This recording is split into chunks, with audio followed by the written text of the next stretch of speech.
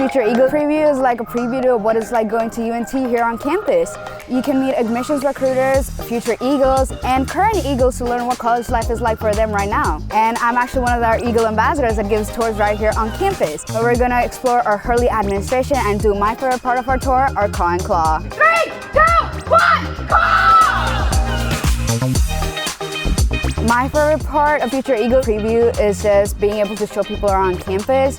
Like, I'll be able to truly geek out and show them what I fell in love with so they can too.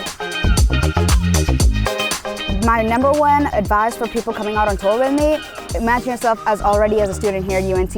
Imagine yourself walking to Willis Library with me to study or going to the Union to grab a little snack. And always bring a water bottle with you to get hydrated. See you all on campus, Future Eagles, go Mean Green!